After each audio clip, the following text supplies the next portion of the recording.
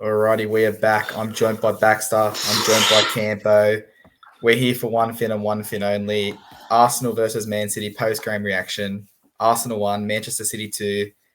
Before we jump into it, we'll touch on a few different subjects. But Baxter, give us your honest opinion on how you're feeling. Aaron's not here, so if you drop a few swear words, I'm going to let it go. But yeah, just how are you feeling, obviously, straight after the game at 1:30 in the morning? The referee needs some further training. I'm going to put it there as lightly as I can. Look, we played as good as we did with 10 blokes. Did we deserve the win? No. Did we deserve the draw? Maybe.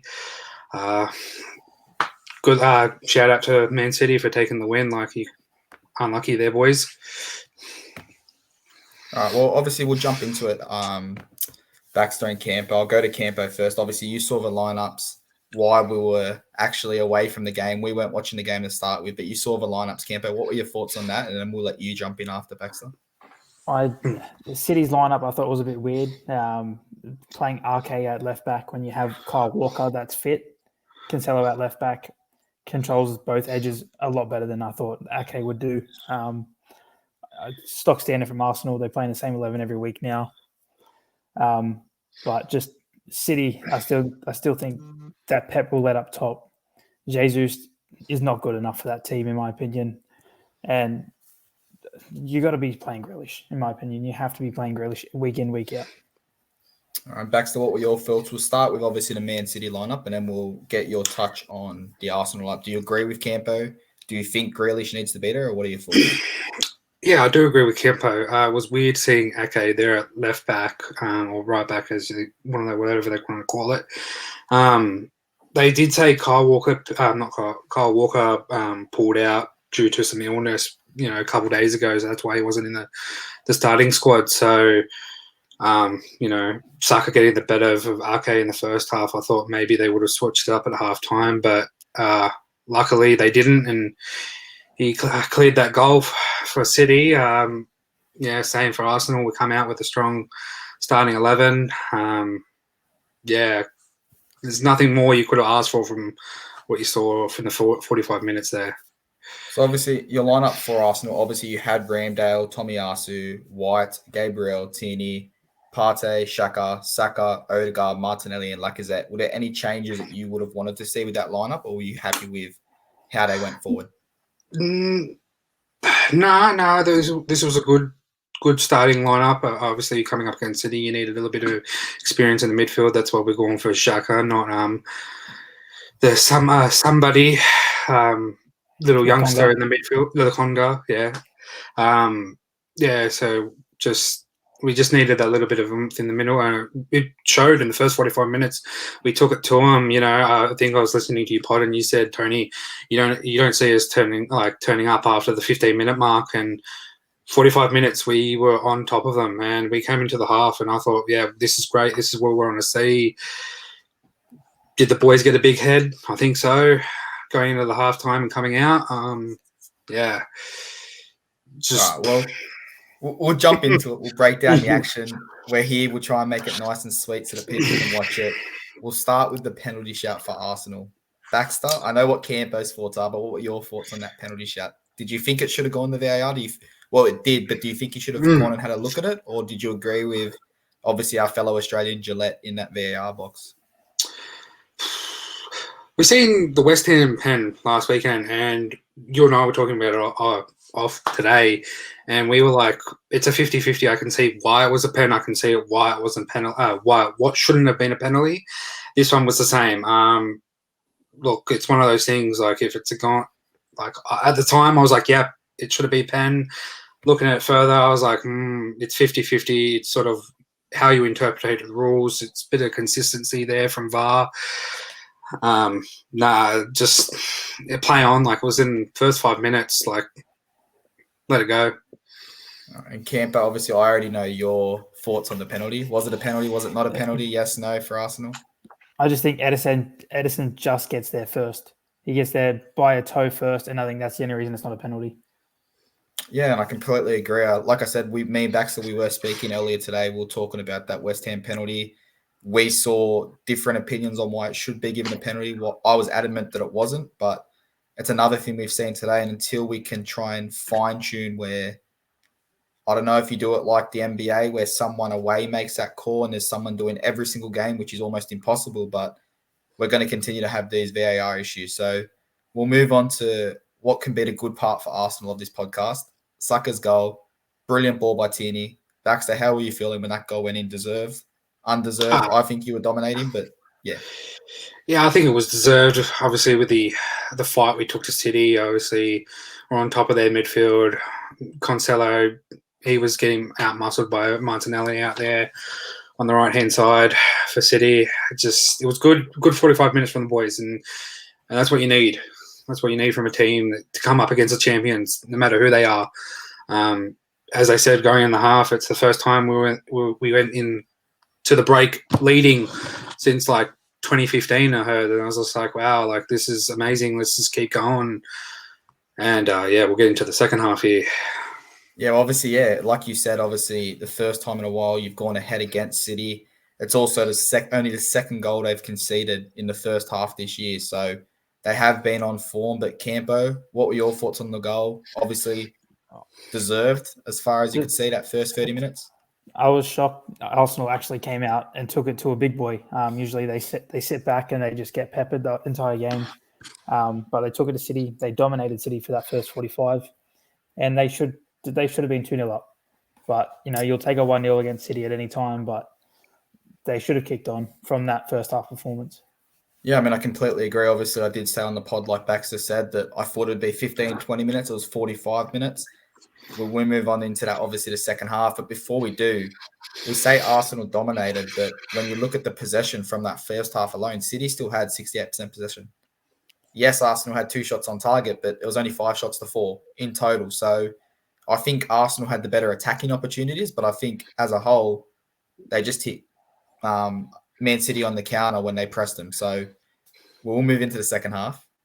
Baxter, I'm going to let you have your call on this first. The penalty for Manchester City. Was Silva already going down? Was it a penalty? Again, can you see why it went to VAR? Did you think it was? What do you think? Yeah, I could see why it was a pen. Obviously, he was going to ground, and then obviously you go to VAR, you see Xhaka pulling the shirt. 100% that's a pen, no matter what, whether he's already on the floor or if he's starting to fall. Like as soon as you see that shirt pull, even the referee after coming away from the box and giving the pen already, he indicated that the shirt was pulled, and that's why it's a pen. I think you just need to keep your hands to yourself when you're in the box, especially when you're up against good blokes that can dive. It's a pen. It's a pen.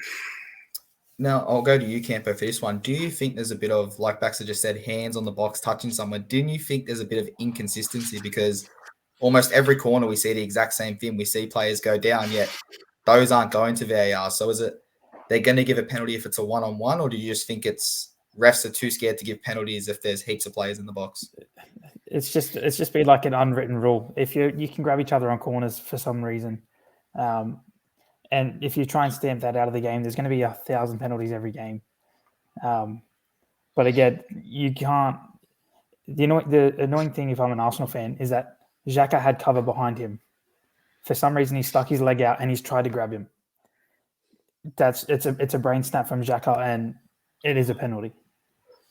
Yeah, and I think I completely agree. It's another one that could have gone 50-50, but the moment of the game, the heat of the game, it was a stupid challenge when.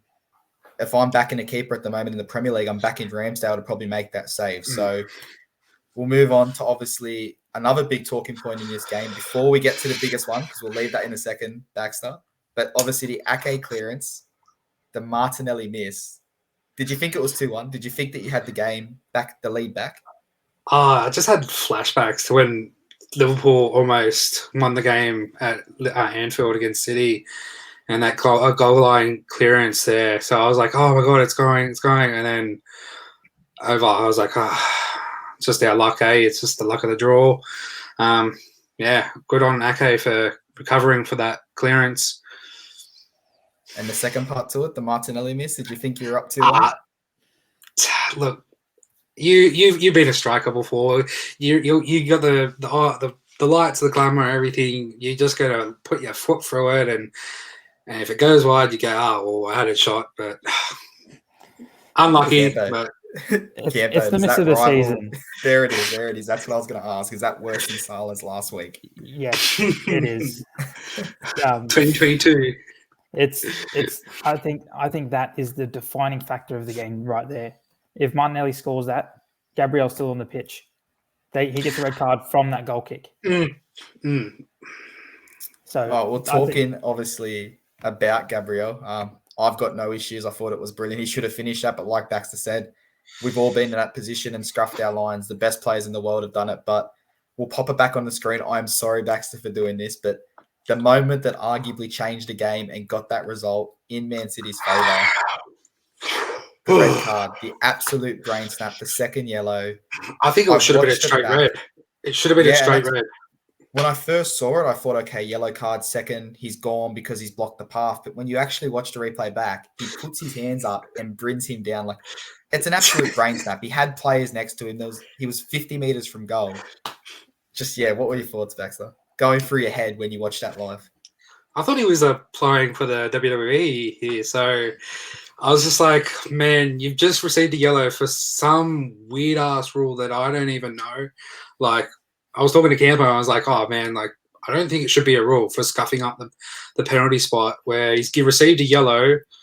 We go down there, we had a chance, and then he gives a second yellow. Like, man, if you're on a yellow, you just, as a defender, just let your other bloke do those tackles because you're not walking on a tightrope there. So to have your hands all over another player and you're on a yellow, mate, you're on it for early showers there.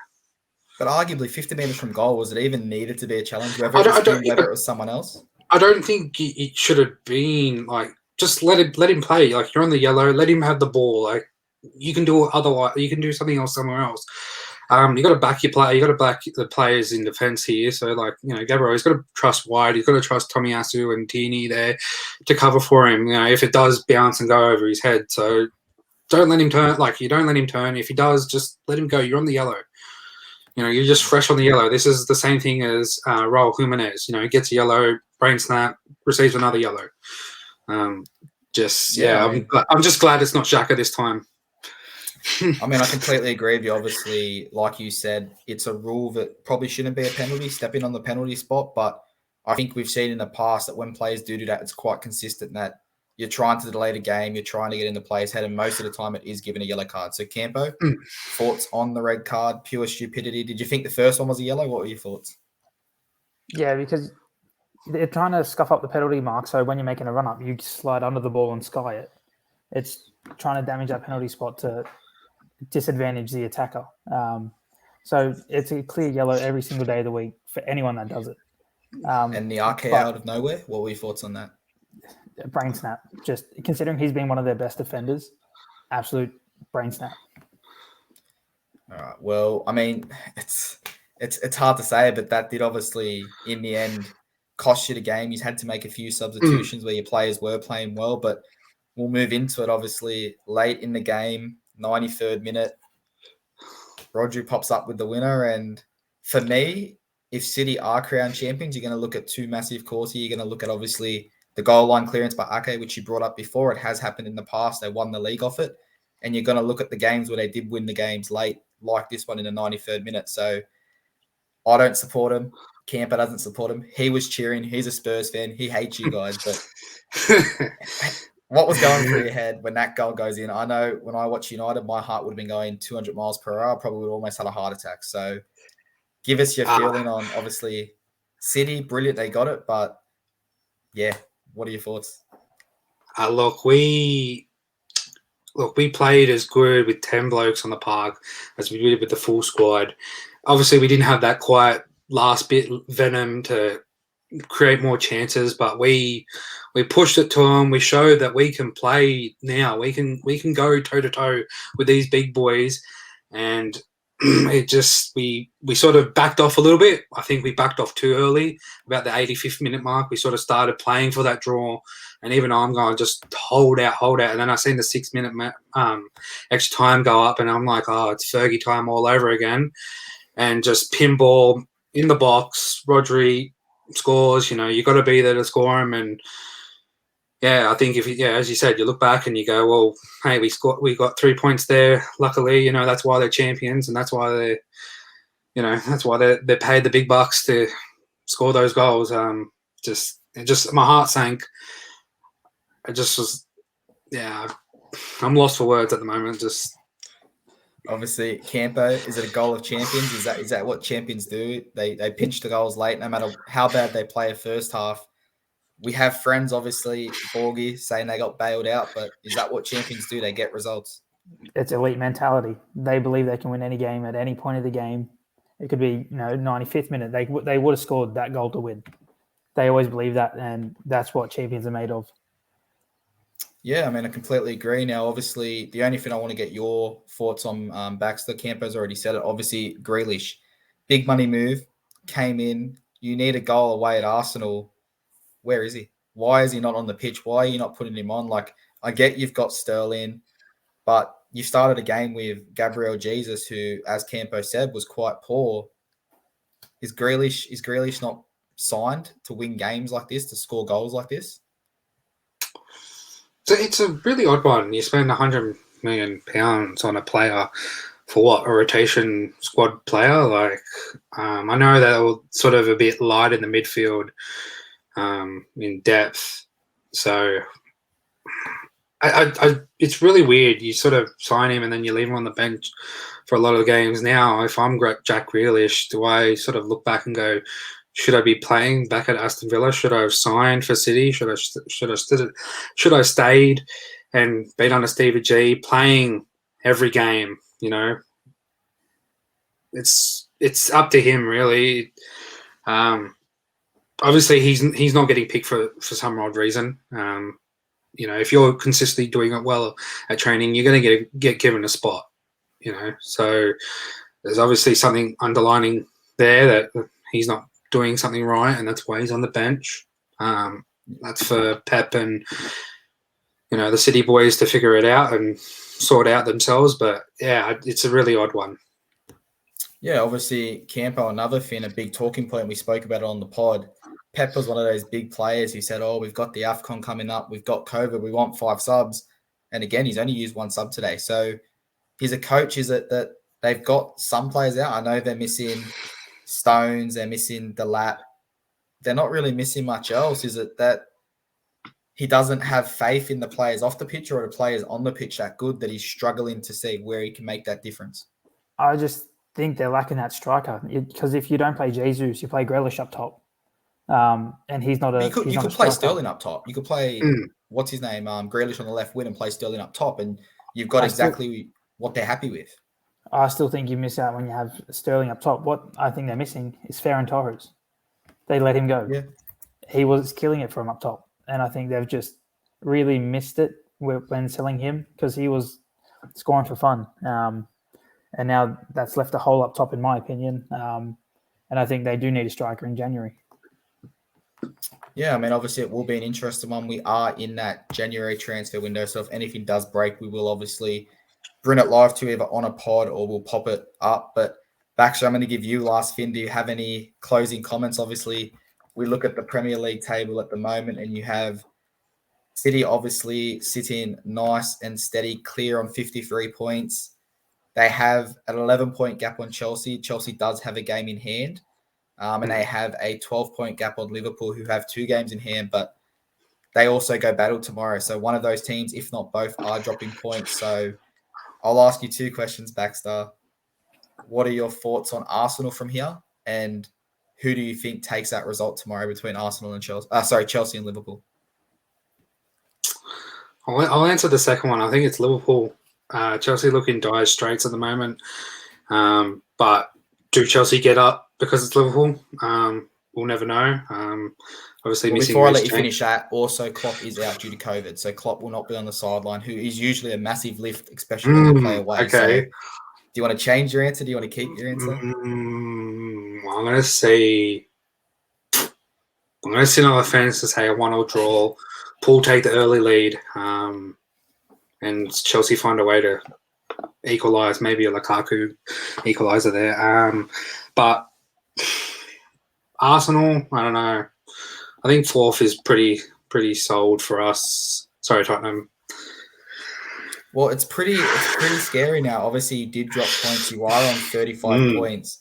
Tottenham's only 5 points away from you, and they've got 3 games in hand. So they could end up being 3 points clear of you. It sort of depends when you play those games. It sort of depends when you play the game. If you spread out those 3 games, sort of say, because you don't have Conference League anymore, say you play one next month, then the one after, then the one after that, you should be fine. But if you're playing all those 3 games in January or in February, and you have a compact sort of season-ish month, I think you'll struggle a little bit with depth. Don't really know what's going on with Conte. He's turning it around for you guys. So I think it's just sort of how the league decides when you play those games, whether you spread them out and you sort of have, okay, we got a midweek here, we'll tough it enough for a week here and there, and then you sort of go on the back break and you do weekend football like us. So, look, if it's Spurs to lose, really, it is Spurs to lose, and if they do, well, then that. Campo, I know you were on the fence, obviously, on the preview. With Klopp out, does your decision change? Do you think there'll be a result, or are you happy to sit on that fence and keep the draw? I'm still sitting. All right, well, we'll leave it there. I've said Liverpool. I'm probably leaning more towards a draw, so we can call it unanimous, and we've all got that draw. But Baxter, obviously, last time you were on here, it was a 5-0 against City last time they played, so this is a bit better. It's showing promising signs. Arteta wasn't there, so I'm sure he's got a few holes in his walls. But yeah, once again, boys, thank you for joining us, and we'll see you soon. See you, boys. Peace.